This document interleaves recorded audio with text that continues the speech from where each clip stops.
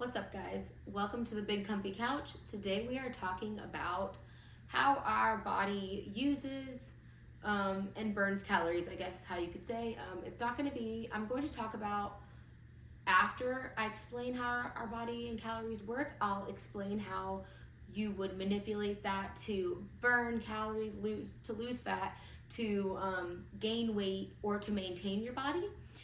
So I'll get into that a little bit later, but first I just want to kind of talk about an overview of how calories work in our bodies. I feel like if we can understand more of how our body works and how our body burns calories and how our body uses calories and how our body, just like, these are all like numbers and data, that it's the more you understand them, I think the less fear and anxiety and confusion there is around it, right?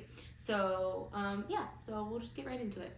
So your BMR makes up the number of calories that your body burns just naturally at rest. So that's why you get your BMR from height and weight, because no matter what, your body needs to burn calories for you to breathe and for you to use the bathroom and for your organs to stay on and functioning and yada yada. Okay, so your body burns calories no matter if you lay in bed all day or if you get up. Your body needs to burn calories. Energy is keeping you alive. You know what I mean? Think of it as the lights are on. So when the lights are on, you're alive, your body is burning calories. You're using your electricity bill, right? And when the light is turned off and your body's not burning calories, you're dead. So anyways, BMR, it stands for Basal Metabolic Rate. It just essentially means, like I said, the number of calories that your body burns. This takes your height and your weight into consideration. Your muscle mass will make that number higher, just because muscle burns more, and it requires more energy for your body to maintain muscle than it does fat. But it's a very small percentage, but it is important to get your muscle mass up. So that way we want to do as much as we can to get the BMR as high as we can, so that way we can eat more. And your body is just more efficient and things like that. But so yeah, having more muscle mass will have that number go up, but I don't want you to think that you're gonna gain 5 pounds of muscle and you can consume an extra 1,000 calories. It is very, very small, and I wish I really should have looked this up, but you can just Google it. I want to say it's about 6 calories per pound of muscle mass. So that is obviously it's a day, so 6 times 7, you can eat more calories. It's really not that big of a number is what I'm saying. It doesn't have to change it that much, but it does affect it. So that's your BMR at rest, just breathing, keeping your body alive. Okay, and that's the biggest number of calories that your body burns for the day. Okay, the second number of calories that makes up the biggest amount is going to be your non-exercise activity. So that means you get out of bed, you go brush your teeth, you get dressed, you go to work, you walk into work, you open the door, you pick up your kids, you give them a bath, you're doing dishes, you're cooking, you're walking, all of that is filed into the non-exercise category. So non-exercise activity thermogenesis, which basically means the calories that you burn during non-traditional exercise. This isn't planned exercise. This is non-exercise activity. That is the second biggest file in how your body burns calories, okay? So that is why it's so important just to make sure you're moving more, because that makes up the second number of highest calories burned. And obviously it's good for your heart health and good for a lot of joints and muscles and all of that stuff, but it is really good to make sure you're keeping that, you're staying moving. Our bodies were made to move. Our bodies weren't made to just sit around all day. Obviously I understand somebody's job, if that's your job and you just have to, what are you gonna do? You tell your boss, sorry, I can't, we have bills to pay, you know what I'm saying? So within reason, you know what I mean? It's just, there are small things that you could do. If you do work in an office setting, try getting up every hour and just stretching at your desk, or walking to the bathroom, or take a few minutes out of the hour and go do something, or literally just stand at your desk and stretch. But our bodies were made to move, so it's really important. The more you can increase that number, the more calories your body's going to burn, and the more you're going to be able to eat and enjoy all your favorite foods and just have a healthier overall lifestyle and not retain a lot of excess body fat. Okay, so the third way that your body burns calories, obviously, is exercise. Exercise does burn calories. Strength training, cardio, yoga, I don't know, Pilates, Zumba, all of that is planned exercise, and that goes into that planned exercise category. Now, a couple things I want you to consider. You're not exercising every day, right? Right, you shouldn't be. So that means that some days you won't even get that. You won't get the exercise activity burn, right? So that is another reason why it's just so important to make sure you have a high enough NEAT level, because you need to be moving every day, all day. Like it needs to be something that's just a part of your daily lifestyle, because you're not going to get exercise activity every day, and that's normal. You shouldn't, right? So and then again, the second point to that is that makes up the smallest percentage of your calories burned for the day. So some days you don't get it at all, but on the days that you do get it, it's about 10. It makes up about 10 to 30% of your calorie burn. That's it, 10 to 30%. Okay, the other 70% of how you burn calories, or how your body uses calories, is what I should say, comes from keeping you alive and breathing and functioning and all that, and your non-exercise activity.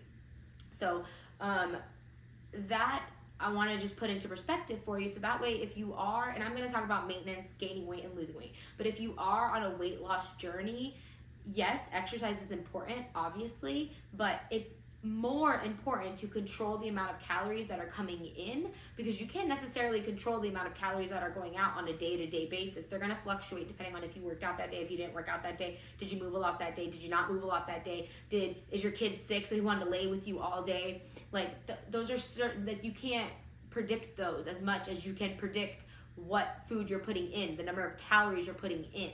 Okay, so now that pretty much explains it all. Now, strength training, is going to burn a lot less calories if you do that as far as your exercise, rather than cardio would. Like strength training per hour burns way less calories than cardio per hour does. But what strength training does is it helps you build muscle. And if you're building muscle, we know that you're getting that BMR a little bit higher. So your body's working for you, you have to work less to get more out of your body, if that makes sense.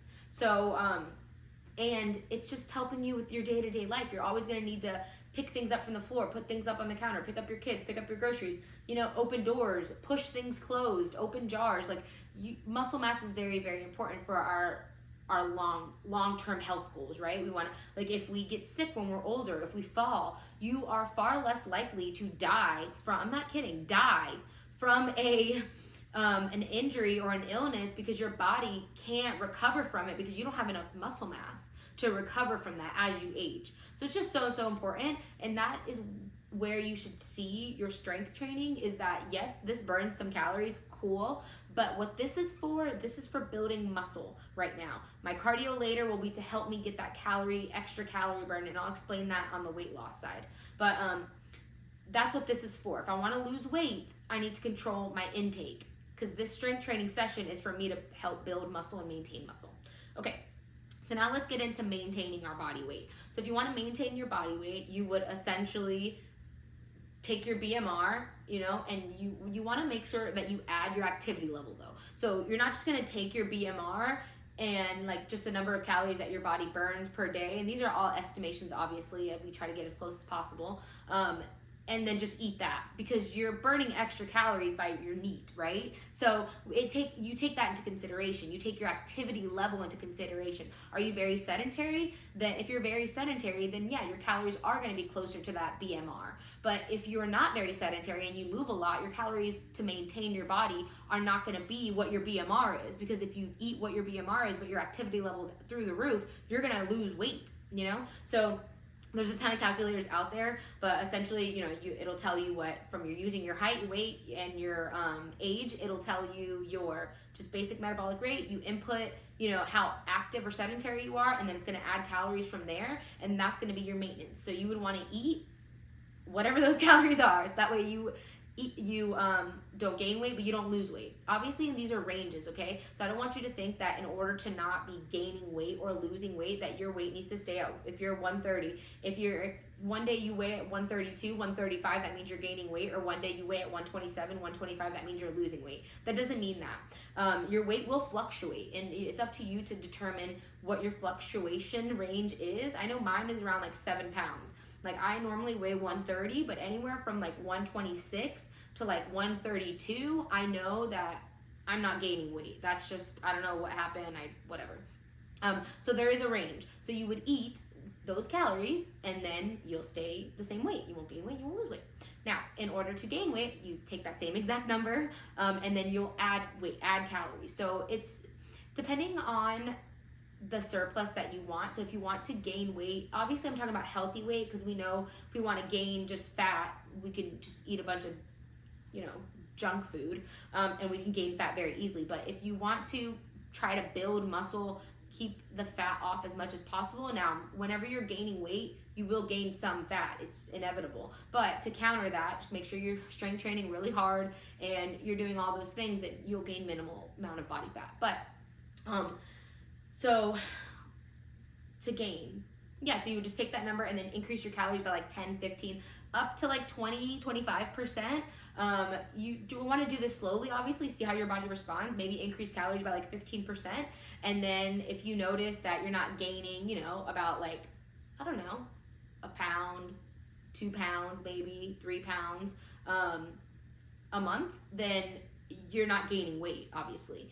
It should be consistently trending up, because like I mentioned, there is a range. So some days, you will range into the 132s, but that's normal. But if you're not going outside of your normal ranges, if you're not hitting like 133, 134, 135, and you've been like overeating, for over a month, then you need to check your calories. I would do it on a 4-week basis, because especially for women, week to week is not enough. Like our bodies fluctuate so much from week to week. I will weigh 125 all next week, and then next week coming up, or last week, and then next week coming up, I'll weigh 135 all week for no reason. Nothing's changed in my life, just because. So you really need to have at least 4 weeks of data before you make any changes. If not, you'll just kind of be spinning your wheels by like up and down and up and down, and you're like, nothing's working. Well, it's not working because you're not giving it enough time.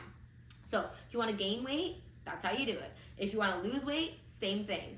There is one extra bonus to losing weight that I'm going to talk about, but obviously you would take your BMR, you would take your activity level, and then reduce the calories by 10, 15, 20, 25%.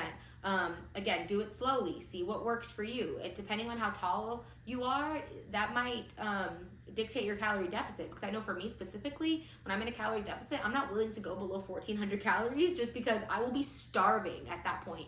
And 1,500 calories for me is like 20% of my calories. So some people can go to like 25% calorie deficit and be fine, but at 25%, that would put me at such low calories that I'm not willing, and I can't do it. It's way too hard. I'm way too hungry. I don't like it. So, you just have to work with what's going to work best for you. And again, wait at least 4 weeks.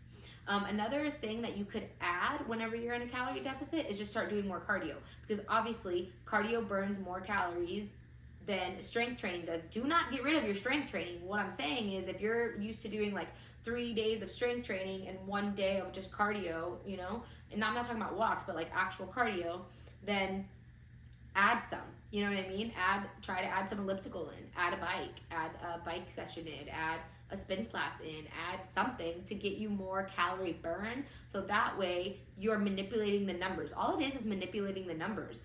If you can reduce your intake and then also slightly reduce like the outtake of it, then you're gonna be able to eat more calories but still be at a calorie deficit, right? So for me, if I'm not willing to go below 1,400 calories, then I need to add 2 days of cardio that I'm willing to do. 2 20 to 30 minute sessions is more than enough to make up for the extra 100 calories a week, like 700 calories that I'm not willing to go below on my deficit. So I hope that made sense. I hope I didn't ramble too much and it was very clear. I'll make sure to put this in notes so that way you can read it if you prefer it that way. And then if you have any questions at all, just shoot me a message. Okay, bye.